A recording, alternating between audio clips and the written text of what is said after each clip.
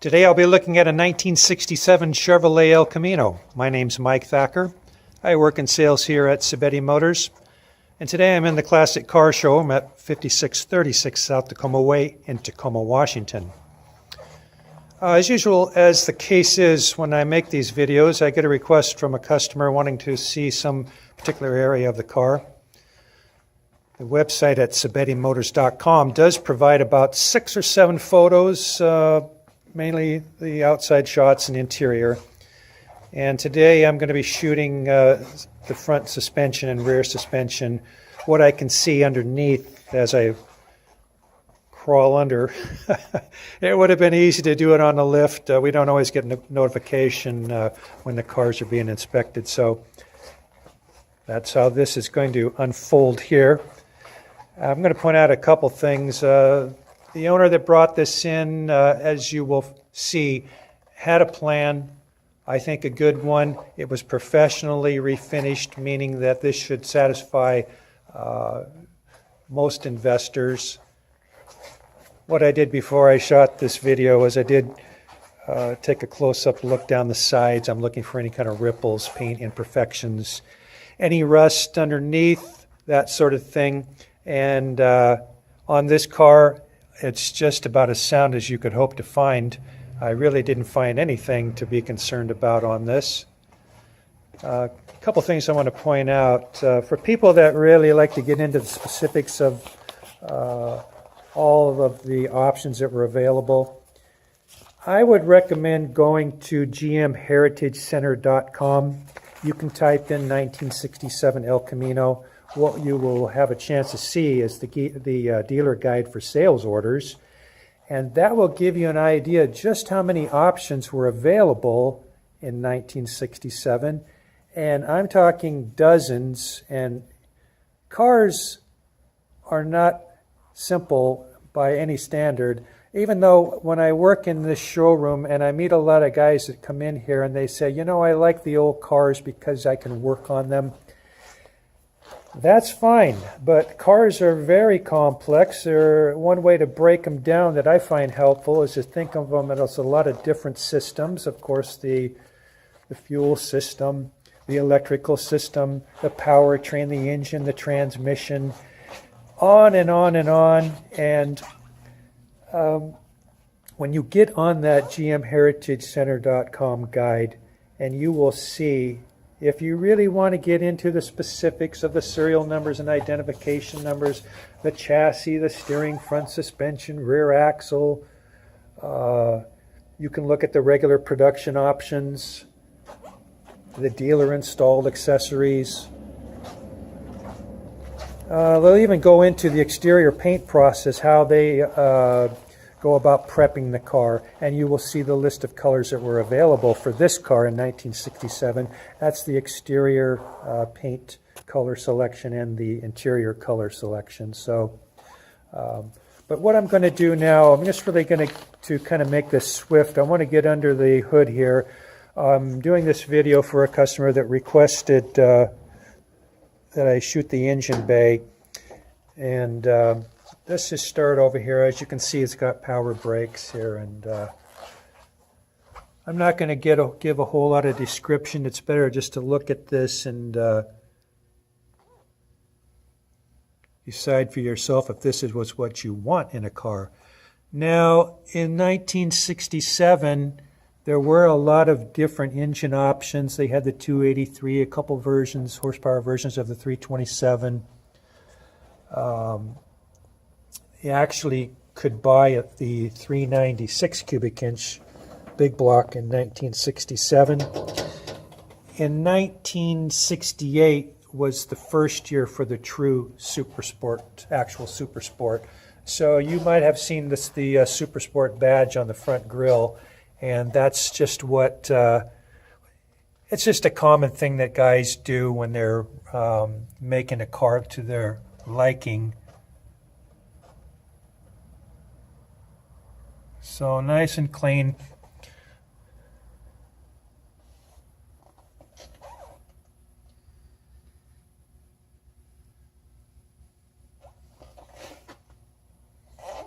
Now this is a 350 cubic inch. The 350 was not available until 1969. It was a 325 horsepower rated from the factory. I don't know the actual horsepower rating on this one. I wish it were the case when we got cars in like this that we'd get something like a 3-ring binder showing photos and notes about the build process. It would make it a lot easier not only to sell, but when you're looking to do any kind of a repair on these.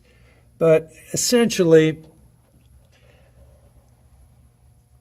Chevrolets have always been very popular. Most guys that are familiar with these will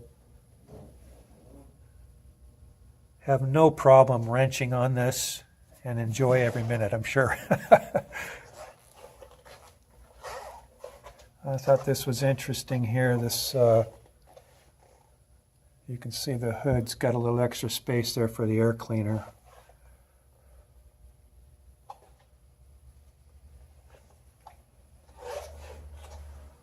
So, as you can see, this is very tight. I mean, one thing that's characteristic of cars is you've got lots of seals on cars. You're trying to keep any kind of a liquid from escaping. You're trying to keep the air from escaping or getting into the car. And what I'm seeing right now is all of the hoses are right, nice and soft and pliable. They're new.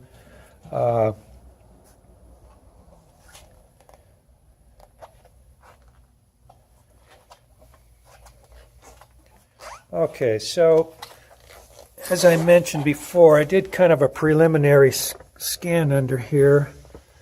As far as I can tell, this is the stock front end. There's the,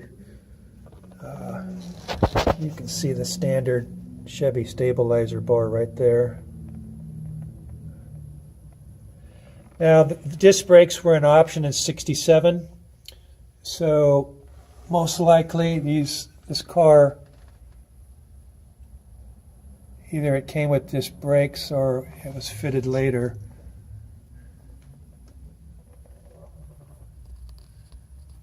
As I mentioned before, virtually every part on this car is available, remanufactured, and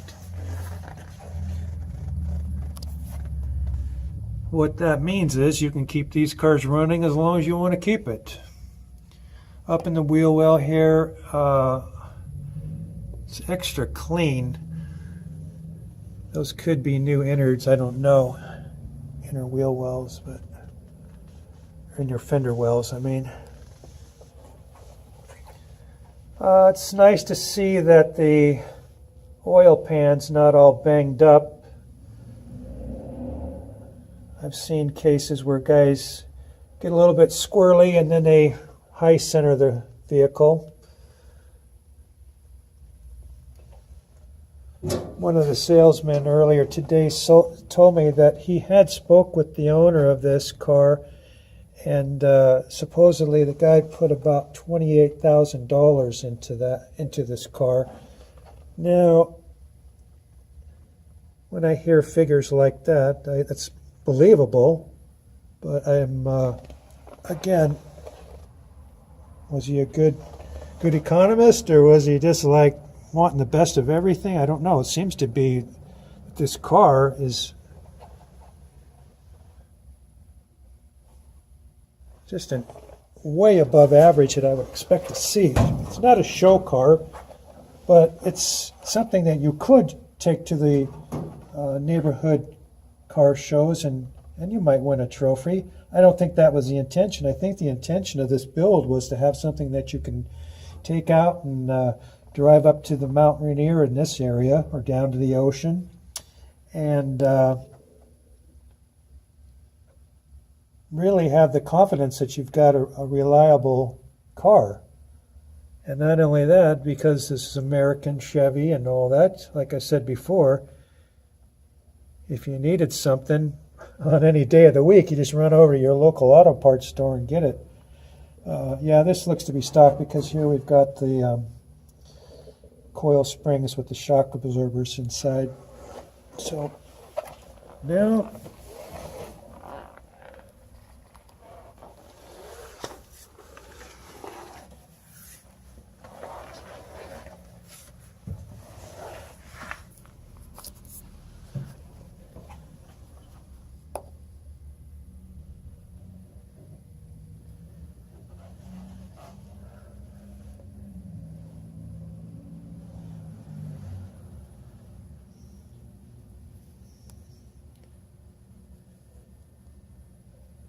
all of the frame that I could see, it looks to be in really good shape.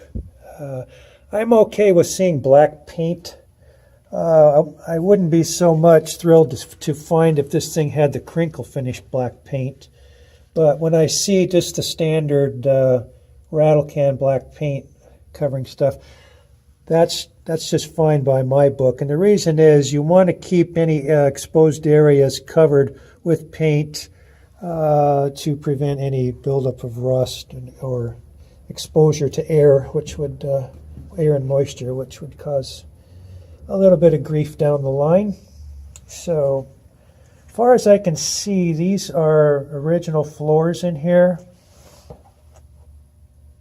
and again, extra clean. This is not something that was out. The guy wasn't going out mudding with this. So let me get back here to the, I want to get that shot of the rear end through here. Okay. So you can see the U-joints look good and all that.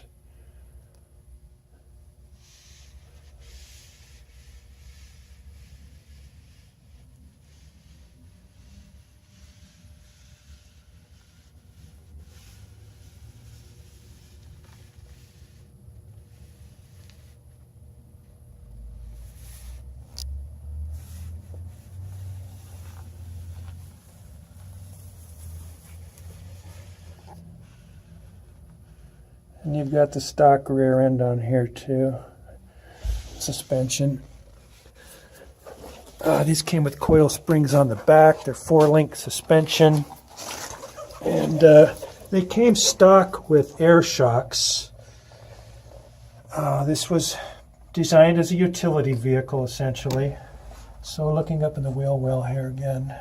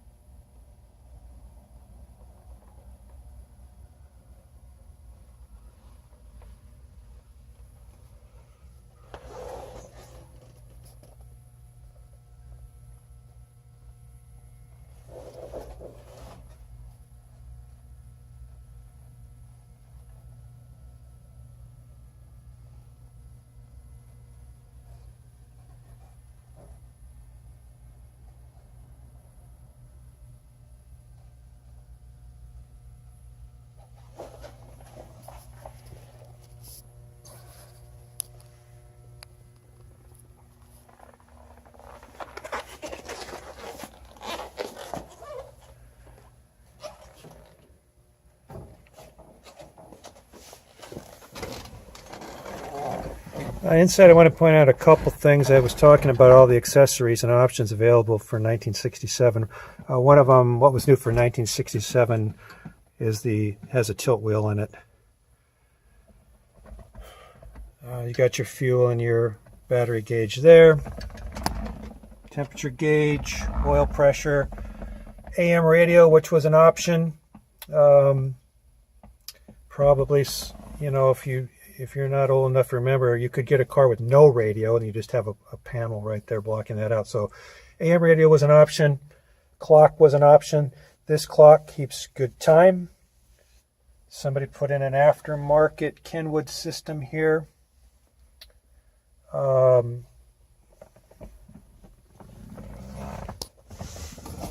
Just common again in GM cars, you had the little pull-outs here for the vents down below.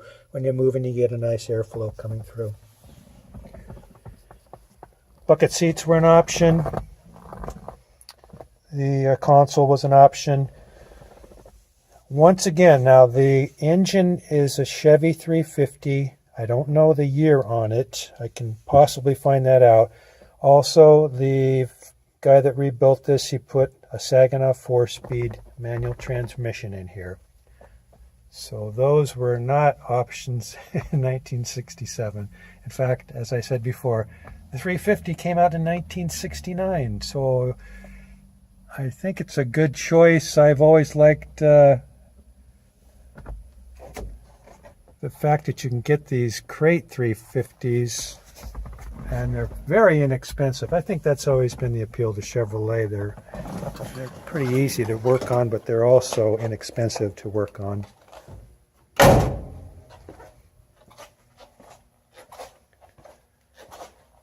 If you want to see some still photos, go to SabettiMotors.com. The website also has a way to fill out an application if you want to think about doing a monthly plan on something like this. I think we do have a way to finance this.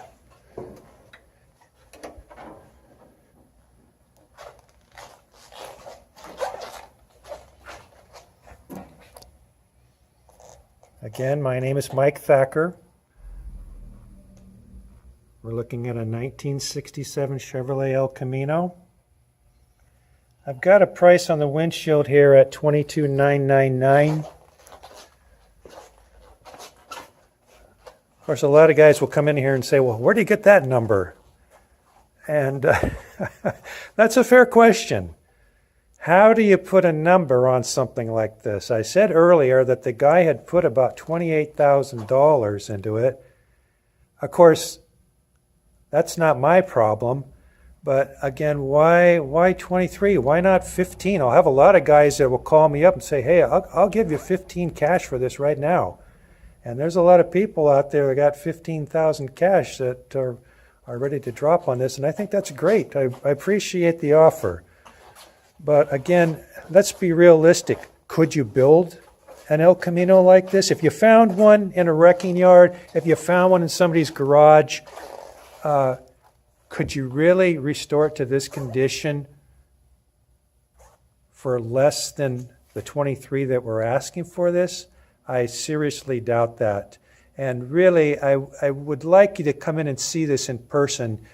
As great as photos are, as hopeful as videos are, when you see something like this in person, you get a sense of the scale of it, get a sense of the actual quality of the finished product.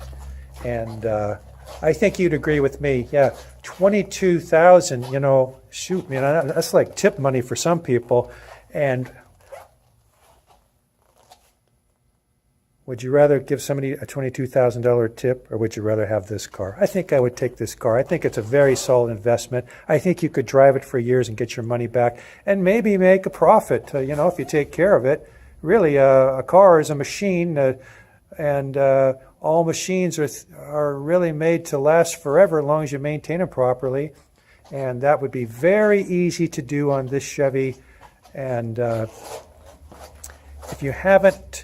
if you're not really familiar with the classic car scene and haven't had the joy of driving something like this, really come on down. I've got a lot of choices in here, as you can see. Not just Chevys. Here's a Maserati.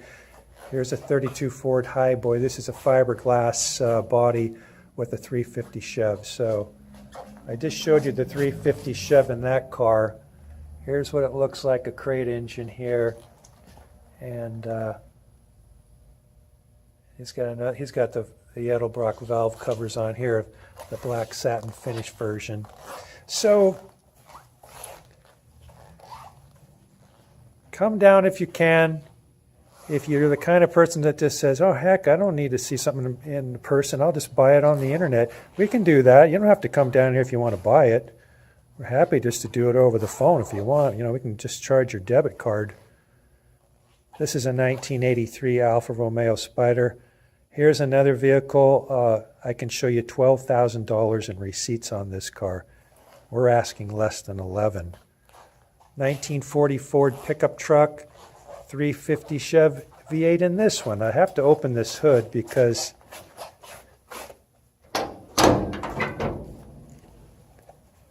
I would challenge anybody to find something on this engine that hasn't been chromed or polished. So 350 Chev engine, very, very popular. This is what you're going to get in this 67 El Camino over here.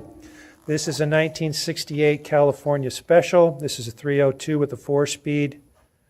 38 grand for this one, or 23 for this one. Take your pick. Again, my name's Mike Thacker. I work in sales here at Saginaw Motors. You can see this car at 5636 South Tacoma Way in Tacoma, Washington.